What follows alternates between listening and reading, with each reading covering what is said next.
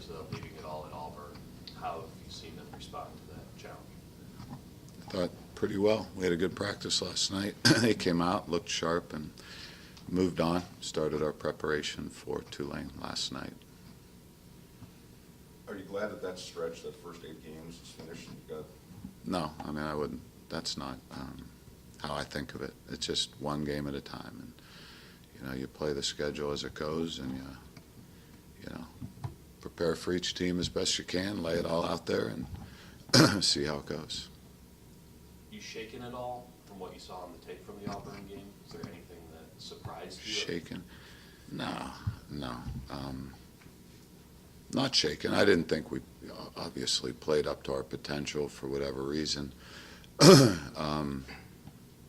was a long stretch, 6 road games. I mean, every team has that letdown. It's hard to guard against. It just came on the wrong night for us against a very talented opponent. But certainly, the want-to is there for the players. Sometimes you just come out, you're not quite as sharp as you'd like to be, and maybe I could handle the bye week a little differently this next time. So it's a lot of things goes into it. I don't think shaken is the word, because I certainly have a lot of confidence that we put that game behind us. We're going to come out and put a good performance together on Saturday. Do you think the bye week factored into it? Do you think it was? Oh, I don't know. As a coach, you got to look at every different angle and see where you can improve and improve the preparation and get better. Help me out with this one. Watching Tulane, I can't find one area specifically that they excel in, but they seem to be pretty good at everything. They're good at everything. They don't hurt themselves. They play extremely hard on defense. They pursue well. Because of that, they don't give up a lot of big plays. I would compare them, what I see on tape defensively a lot to how we were playing defensively probably prior to the Auburn game. Great effort, great pursuit. Offensively, they're physical. They execute their run game very well. They're really well schooled. They don't do a whole lot, but they know how to do what they do. You don't see empty, guys standing in the holes unblocked. They get a body on a body. Got a good running back, quarterback who's running their offense well. They've got some talent at wideout, and they'll take their deep shots and look for the big plays. Same thing on special teams. They just don't hurt themselves, and they make plays on special teams. So they're just one of those teams that certainly, a lot like you said, they just execute in each phase of the game, and because of that, have had some success this year. Easier when you have the approach of week at a time, game at a time, is it easier to approach a stretch like you now have to enter, where you have to win 4 straight games, but you can't possibly? I think that's it. I mean, the season itself can be overwhelming to a player if they start worrying about what's happening at the end of the season in terms of awards, bowl games, all those things. And that's true for any team, any level of team in any conference. I think, I know it sounds like coach speak, but it's the only way. In fact, in a lot of ways, if a college football player sits on Sunday and thinks about everything he has to get done that week, lifting, practice, meetings, school, it can be overwhelming. Even in a lot of ways, I try to get our guys to think just day to day to day, the preparation of the day, and get through each day, and then worry about the next day, and then ultimately on Thursday and Friday you start thinking about game day. So I really think that's, I tell our guys all the time, take it from experience. It can be overwhelming. You start to think about that, in chunks. You got to think about it in segments, and that's how you got to look at the season. In some ways, those are beneficial that they know there's no tomorrow, that can kind of focus their effort because they know how important. I mean, yeah, and in some respects, you look at that and say, our backs are against the wall, but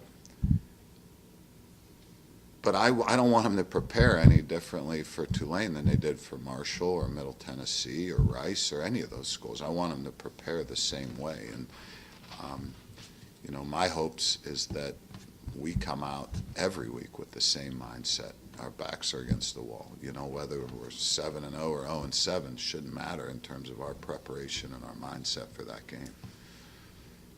Odds makers, I don't know how much stock you put in it, but they got you as a favorite this week against the bowl team. I haven't really looked at a line. You haven't been checking your line? No, I haven't. Does it, I mean, I would think you might take that as a sign of respect for, that maybe you're better than your record indicates. Is that a decent assessment? Does that matter? Our record is our record, you know, and our team is our team. You know, if I was a guessing man, I'd say that they're a team that plays, you know, they're winning all their close games. You know, they're in the games, they're getting it into the fourth quarter, and they're finding a way to win. And sometimes when teams are winning that way, you know, the pundits aren't overly impressed by that. For me as a coach, that's a very impressive thing. I have a lot of respect for a team like Tulane because they figured it out. They know how to win. They're winning those close games, and that's a sign of a very mature, well-coached football team. Is the injury situation better than you thought it was after the Auburn game? It's hard to say. We're a pretty banged-up football team, and Jeremy McKnight was back practicing again last night, which helps with the secondary depth. But it could be better. A lot of those guys are day-to-day. Vinny DeVino is out for the season with a knee injury. I didn't bring the notes with me. Let me think this through.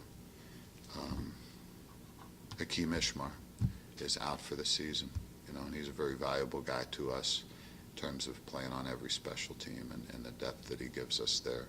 Those are the two guys that I know for sure about. Everybody else is fairly day-to-day, you know, and we could get all of them back or we could get none of them back. We're just gonna have to see how this week plays out. Freedom too? Same thing with Freedom. I mean, he's day-to-day. Was it his neck? Was it his... You know, I don't want to get into specifics of the injury, but it wasn't, certainly there was not the involvement that they feared originally. The injuries seem to really be affecting your special teams, and whether it's moving a guy off special teams out. Is that a fair assessment? I've always said that at this level, especially until you've had a few years to put recruiting classes together, the depth, the war of attrition is really the most important war you fight during the year. You know, because you get into that point in the season where you've redshirted guys, and you don't want to burn that for 4 games, and you know, we felt like we were a pretty deep football team, especially in terms of special teams coming into the year, but it's getting to that point where you know, you don't feel like you have a great deal of depth there, and starting to play some guys there that don't have a lot of experience, and it affects your play on special teams. So, you know, I asked our coaches to look at our roster tomorrow, and there is no tomorrow, you know. So we're going to certainly have to, I don't care if a guy's a starter playing every snap, if he can help us on special teams, he's going to be out there. And it's that point in the year where we got to have the best 11 on every snap. And, you know, if a guy even, you know, there's certain guys you protect from special teams because they're so valuable to you offensively or defensively. Well, that time's gone now for this football team, and we need to get everyone out there who can possibly help us on special teams. Who are some of the young guys who haven't played that are being considered to have? Well, not considered because I wouldn't do that, but certainly I would give as a prime example, you know, Ronnie Scott, kid who impresses us every day at practice and really could probably come out and be and really help us and contribute to this football team. But ultimately, for the goals of this program and for Ronnie's personal development, that wouldn't be the best thing for him at this time, you know. And you know, certainly having 4 years of eligibility left with his skill level would be the best thing for him. And so, you know, we're going to find a way to make it work without him, even though I know he could probably help us Saturday night. So you're more likely far more likely, it sounds like, to take someone from a starting unit than somebody who hasn't been playing. Certainly, yes. What about any walk-ons that might factor into it? I treat to me, our players are our players. I don't treat our walk-ons any differently, and we do have some young walk-ons who could probably help us, but the red shirt is already in effect in my mind, and I'm not going to burn their year, Got some really talented walk-ons on this football team that are going to help us down the road, and I don't want to burn a year of eligibility for 4 games. Started the same offensive line for 3 straight games for the first time this season. Is there something developing, some chemistry there? Because I think so. I think if, I really felt going into that game that we could have run the ball, and I think we showed that we could. I don't think we executed as well in the passing game. I thought we dropped some passes that could have extended drives.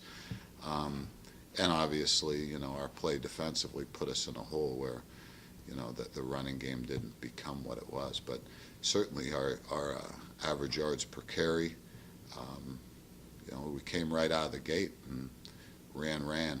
I think 3 straight productive runs, and then we had the fumble, and then came back. And ultimately, I think it creates balance for us. I feel like we can run the ball, and that makes Quez a better quarterback, and that makes our passing game better when teams have to pack in and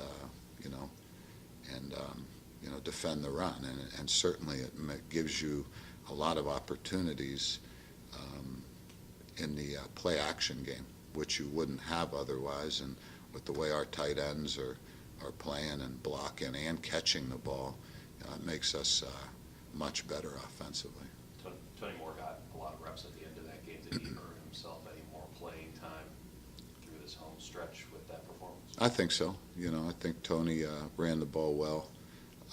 Certainly wasn't perfect, but gives you, he's a tough, hard-nosed runner. He runs with good pad level. He'll lower his shoulder and get some extra yards for you. And, we really, last few weeks, it's tough. We have a pretty good, stable running backs, and it's hard for a guy like Tony because he was really practicing well, and certainly weren't surprised that he was able to go in there and do well because he was showing it at practice. But when you're a one-back offense, there's only so many plays and so many opportunities. It seems like you're a far better second half team than first half team. It seems like once the halftime turns, you guys start moving the ball.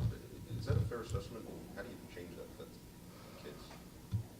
That's a quality control thing we look at the end of the season. Certainly we should be. There's one thing I know about this staff on offense. They're very intelligent, and their halftime adjustments are very good. And that's been true if you really look back over the last 2 years, especially in the run game. To give Luke and Brian and Jared and those guys an opportunity to talk it over at halftime and make the necessary adjustments in the run game. That's been something I've been very confident about going into every halftime for 2 years, that we're going to come out and we're going to have a surge in the run game in the third quarter. There's only so much time within the half to make adjustments, and there are small adjustments being made, but certainly to give that staff an opportunity to sit down together for 10 minutes and talk about what they want to do in the second half, what's working, the little tweaks they can make. I'm very confident in our offensive staff's ability to make those adjustments, and it's led to success running the ball in the second half. How important is it against a team like Tulane, I guess the rest of the season too, to try and get to a fast start so you're not leaving it to the final minute just to throw the game where things can happen? Well, it's very important, but there's another team out there trying to have a fast start as well. To me, it's fast start, overblown. To me, it's about execution, and sometimes you get what you've worked on, and sometimes there's tweaks offensively and defensively that need adjusted out. And hopefully the mental approach is such that the intensity there is, at the start of the game. But you really, it's like a prize fight every week. You'll look at 2 teams feeling each other out for a couple series, you know, and trying to figure out what you're getting and what to anticipate defensively and offensively, and then you kind of settle into that game. And certainly would love to have a fast start every week, and you know, hopefully we can put one together this week. Could it be something as simple as one guy making a big play, gets kind of everybody rolling in the game? It could be, you know, it could be.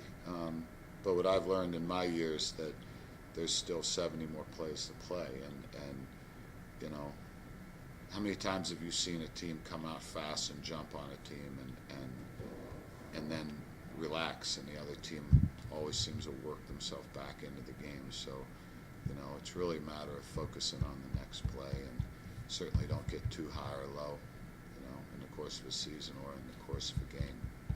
You know, it can get you both ways. How important is a player like Mustafa Johnson, an older guy who's quiet but vocal at the same time? How important is he in a week like this, where you're coming off of a pretty tough to swallow loss and you need a win? Very important. But, you know, I addressed all the seniors last night in our meeting. You know, we need all their leadership. And, you know, the way I told them, this is the most important four-game stretch of their careers to this point. And, you know, all I want to see is that we put our best effort on the field. That's what I want to see, is that we play our best game. And, you know, I'm sure Tulane is going to try to play their best game, and we'll see how the cards fall. But none of it matters. The whole back against the wall thing, all those things don't matter if we don't go out and put together our best performance. And that's kind of what we need to focus on. You mentioned Nick Montana earlier. When he plays well, Tulane is very effective. And when he doesn't, they seem to squeak out some wins. But definitely he's the bell cow, which isn't surprising considering he's a quarterback. What did you see from him when he is playing well? What kind of a quarterback is he? Makes good decisions. You know, again, I think it starts with their run game for both quarterbacks. You know, when their run game is clicking, they're much more effective in their passing game. And I think both those guys have the potential to be very accurate throwers, and they're athletic. You know, they can avoid the rush. They're not guys that want, you know, just want to pull it down and run for 100 yards, but certainly capable of getting a first down or two and avoiding the rush. Good pocket presence, good feel in the pocket. You see that a lot where there's pressure happening, and they know where to step up and how to buy themselves time. Certainly with enough speed on the outside to make that dangerous for you. So, is there a fear that with the run defense performance against Auburn that the book is out now on how to beat FAU? No. Yeah. No, I mean, you know, I just, you know, in a lot of ways, I don't think we execute it very good. I don't think as an opponent you can look at that game and, you know, in a lot of instances, you know, we had guys there and just were out physical at the point of the tackle, or, you know, whatever reason, things that hadn't been happening to us. I don't think we tackled very well. I don't think we pursued as well, but we'll get that back. We'll come out in the froth on Saturday and play a better game, both sides of the ball.